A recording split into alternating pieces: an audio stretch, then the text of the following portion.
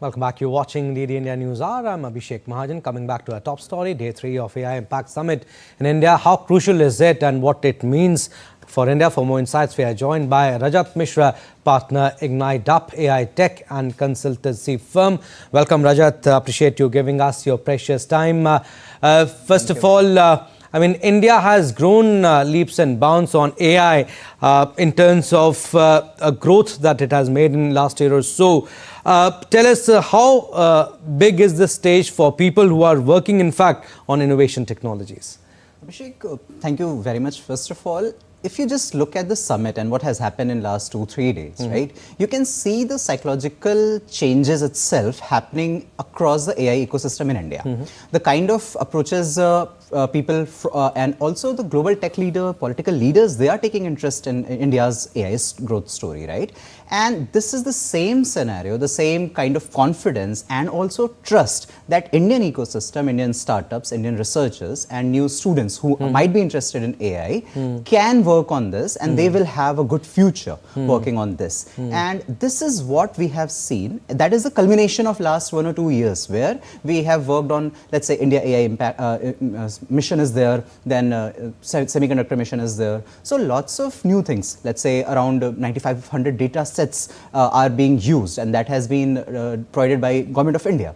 Similarly, 273 plus new sectoral LLMs are being developed, new foundational models are being developed, right? All of these scenarios, along with the innovation part of startups, that is changing India's AI story. This is what we can see right now. And also talking about your firm, NewsNight Up, AI tech and consultancy, what are the core areas that you work in? Right. So we are working on 2-3 specific things. One is very inclusive and sustainable scenario where we are working with cattle. So we are developing new models, especially using AI, where cattle, especially let's say cows, buffaloes, right? The dairy sector can be transformed. So not only we are collecting the data, we are analyzing that, utilizing different models. We are also incorporating healthcare in that, let's say veterinary doctors, new consultancy, BFSI, that is banking, financial and insurance models, and also food processing. So the entire food chain, and especially in dairy sector, can be transformed using that. This is one example where sectoral AI is being developed. Similarly, we are also working on financial sector where, let's say, financial frauds are happening, especially with MSMEs where they are not always aware of multiple schemes, multiple laws, multiple acts, and there are multiple red flags which they miss out. So if we have a good amount of data of these businesses, especially MSMEs,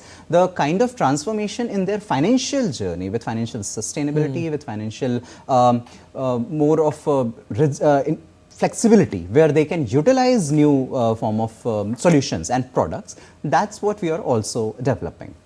Another very important thing which we are working on right now is frugal AI. There we are trying to look AI from a global south and bottom-up perspective. Right now, AI, be it foundational model, be it utilization of it, all of it are from a global north perspective. But when you look at AIs, be it development of it or maybe hardwares, data centers and all, they are very carbon intensive, carbon footprint is very high, water intensity is very high, and also the kind of data. You have seen we are talking about responsible ethical AI, right? So in this situation, the data biases which are inbuilt in these data sets, those needs to be cleared out. So the racial bias, the gender bias, especially looking from the global north perspective, not incorporating the Indian scenarios or let's say global south scenarios, those needs to be transformed. You're working in different sectors as far as AI is concerned, but how is your firm holistically contributing to AI's ecosystem in terms of solutions, advisory or capacity building? Right. So one thing I've told you about the new tech solution which we are developing. So that is something where focusing on India and make India product. So this is something which we can bring out, especially for rural India. That's the cattle part. And similarly for MSMEs where, see, the beauty of AI is, let's say it is a wave of AI. When it moves, it lifts all the ships. So all the industries, be it agriculture, be it health, be it education, be it industries of, let's say, mining or coal or steel, right? Even they will get impacted. They will get positively impacted by these. So this is how, let's say, financial scenarios, so lots of MSMEs can utilize it. And this is how we are taking through consultancy these particular solutions we can provide to new MSMEs, new startups. Even they can be a non-tech company, an MSME which has nothing to do with, let's say, technology or a deep tech or an AI. But whatever solutions we have, a small bunches, and that's the idea of full stack. We have modular solutions, for example, for them. They can utilize it as per their requirement. This is the consultancy part. And when we are talking about the frugal AI or inclusive AI, the idea is that anybody, let's say an NGO, let's say a community-based organization, or let's say a small college, maybe they want to work something on education in a small area of, let's say, Chhattisgarh or Jharkhand or Northeast, right? They can utilize it without maybe not knowing all the things about AI. Maybe they will have a framework which they can utilize. These are the scenarios where we are directly contributing in some form and also indirectly to MSMEs. Yeah, I understand. Very interesting. But today is the day 3 of the AI Impact Summit. How crucial is it? And from your perspective, what should be the key outcome for India by the end of the summit on Friday? Right. The cruciality part, again, as I've mentioned earlier, the psychological aspect, that is very important. And also, instead of just awareness generation, it has become a widespread participation event. That is the importance of it. Now, the outcome I will love to have would be where, let's say, we pick out sectors specifically where, let's say, we create China as our competition, for example. And in those sectors, we need to move very fast.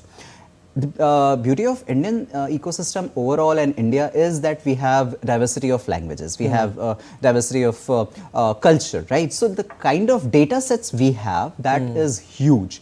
If we will utilize it well, we will be able to match what China is doing right now. So similarly, let's say take the example of DeepSeek or Seedance and all, right? So we need to have those sort of fundamental models. However, keeping the democratization of AI part, the responsible and ethical AI part from Indian scenario. Because if we can develop that, we can become a global South leader. But I mean, since you have spoken about it, safe and responsible use of AI. Right. What do you think? What concrete steps should India take in this regard so that AI is used responsibly? Yeah. So first of all, data centers. Obviously, we have to have that in India. Second thing will be data sets. Okay. Now, what is happening? Data sets, let's say right now, the most of the important or major fundamental models, LLMs, right? They have been developed on the data sets which are there in, let's say, USA from Europe, right? That data sets should be from India, first of all. And then the data sets needs to be anonymized. In the sense, it's not that our personal data should be utilized there. The next thing would be data training. When you are training on those data sets, it needs to take care of the biases involved. The racial bias, the gender bias, the caste bias, the region specific bias, the accent, right? All of these things need to be taken care of when you're working on training these data sets.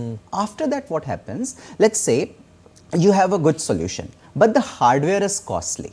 Maybe it is not able being used properly in rural India, for example. So, can you develop a solution which may be used very well in Delhi and Mumbai, but can it also be used, for example, in Bundelkhand region, right? So, that transformation, focusing a customized solution, that is also very much needed from AI. So, not just LLMs, that is large language models, but also SLMs and also edge computing, let's say, which may not require that much of intensity, that much of connectivity, right? So, let's say 5G, you don't have 5G in all the places, but let's say if you can work on low bandwidth, low connectivity, these are some of the solutions which are truly global South and truly Indian solutions. Right, and very quickly, but how big is this AI Impact Summit for India?